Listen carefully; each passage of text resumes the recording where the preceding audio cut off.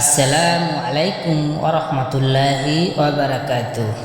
আজ আমরা জানব পৃথিবীর সর্বশ্রেষ্ঠ মানুষ, মানব জাতির পথ প্রদর্শক, আল্লাহ সর্বশেষ রসুল হজরত মুহাম্মদ সাল্লাল্লাহু আলাইহি ওয়াসাল্লামের জীবনের এক অন্য অধ্যায়।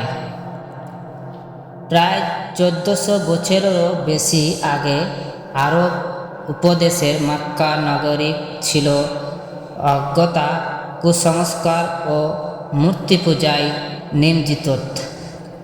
সেই সময় মানুষ অন্যায়, অবিচার, গোত্রবিরুদ্ধ, সুদ, মদ, জুয়ায় এবং দুর্বল মানুষের উপর অত্যাচারে লিপ্ত ছিল।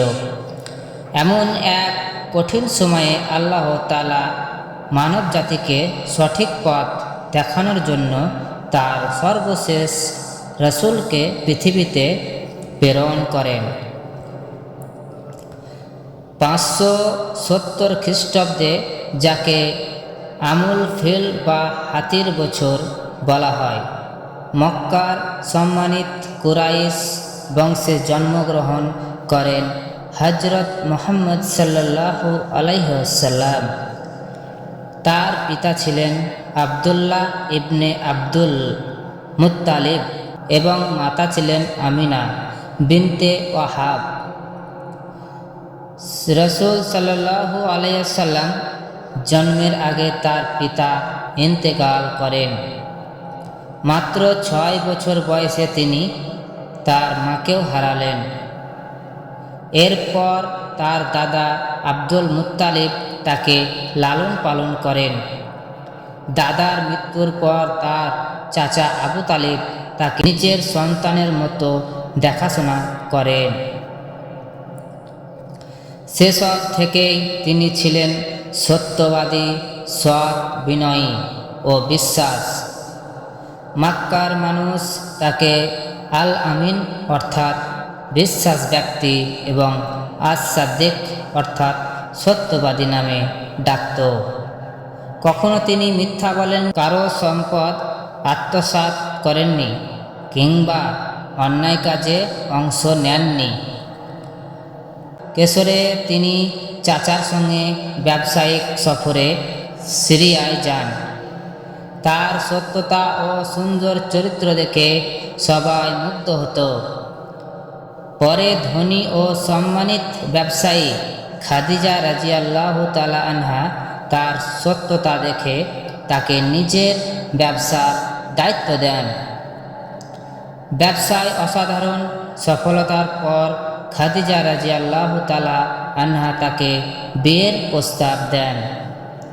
তখন রাসূল সাল্লাল্লাহু আলাইহি ওয়াসাল্লামের এর বয়স ছিল মাত্র 25 বছর এবং খাদিজা রাদিয়াল্লাহু তাআলা আনহার এর বয়স ছিল প্রায় 40 বছর। তাদের সংসার ছিল ভালোবাসা, বিশ্বাসতা ও পারস্পরিক সম্মানের এক অনন্য দৃষ্টান্ত। বয়স 40-এর কাছাকাছি পৌঁছালেন রাসূল সাল্লাল্লাহু আলাইহি ওয়াসাল্লাম সমাজের অন্যায় ও মূর্তি পূজা দেখে গভীরভাবে চিন্তিত থাকতেন। তিনি প্রায় মক্কার নিকটবর্তী হেরায় গুহায় নির্জনে ইবাদত ও ধ্যান চিন্তায় সময় কাটাতেন। অবশেষে 40 বছর বয়সে রমজান মাসে হেরায় গুহায় আল্লাহ তাআলা তার উপর প্রথম ওহী নাজিল করেন। ফেরেশতা জিবরাইল আলাইহিস সালাম এসে বলেন, ইকরা অর্থাৎ পড়ুন। রাসূল সাল্লাল্লাহু আলাইহি ওয়াসাল্লাম উত্তর দেন, আমি পড়তে জানি না। এরপর আল্লাহ তাআলার পক্ষ থেকে সূরা আলা প্রথম 5টি আয়াত নাজিল হয়। এই ঘটনায় ছিল নবুয়তের সূচনা। ভৃত সম্পদ অবস্থায় তিনি বাড়ি ফিরে আসতেন। খাদিজা রাদিয়াল্লাহু তাআলা আনহা তাকে সান্ত্বনা দেন এবং বলেন, আল্লাহ কখনো আপনাকে অপমান করবে না। আপনি আত্মীয়তার সম্পর্ক বজায় রাখবেন, অসহায়দের সাহায্য করবেন, সত্যের পক্ষে থাকেন এবং মানুষের উপকার করেন। এরপর থেকে শুরু হয় ইসলামের দাওয়াত। প্রথমে তিনি গোপনে মানুষকে আল্লাহর একাত্মবাদের দিকে আহ্বান জানাতেন। সর্বপ্রথম ইসলাম গ্রহণ করেন তার স্ত্রী খাদিজা রাদিয়াল্লাহু তাআলা আনহা। তার মুক্তদাস জায়েদ ইবনে হারিসা রাদিয়াল্লাহু তাআলা আনহা, তার চাচাতো ভাই আলী ইবনে আবি তালিব রাদিয়াল্লাহু তাআলা আনহা এবং তার প্রিয় বন্ধু আবু বকর সিদ্দিক রাদিয়াল্লাহু তাআলা আনহা।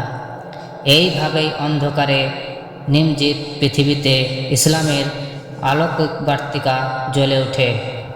পরবর্তী বছরগুলোতে রাসূল সাল্লাল্লাহু আলাইহি সাল্লাম অসংখ্য কষ্ট, নির্যাতন ও বাধা সহায় করেও আল্লাহর দ্বীন প্রতিষ্ঠান কাজ চালিয়ে যান। তার ধৈর্য, দয়া, ক্ষমাশীলতা এবং ন্যায় বিচার আজও সমগ্র মানব জাতির জন্য সর্বোত্তম আদর্শ। আল্লাহ তাআলা আমাদের সবাইকে রাসূল সাল্লাল্লাহু আলাইহি সাল্লামের জীবন থেকে শিক্ষা গ্রহণ করে তার সুন্নাহ অনুসরণ করার তৌফিক দান করুন, আমিন। আসসালামু আলাইকুম ওয়া রাহমাতুল্লাহি ওয়া বারাকাতুহু। যদি আপনার এই ভিডিওটি ভালো লাগে তো অবশ্যই ভিডিওটিকে শেয়ার করবেন আর পাশে থাকা বেল আইকনটা দাবিয়ে রাখবেন, তার চ্যানেলটিকে সাবস্ক্রাইব করে দেবেন। আরও 5 জনকে শেয়ার করবেন ইসলাম গ্রহণ করার সুবিধা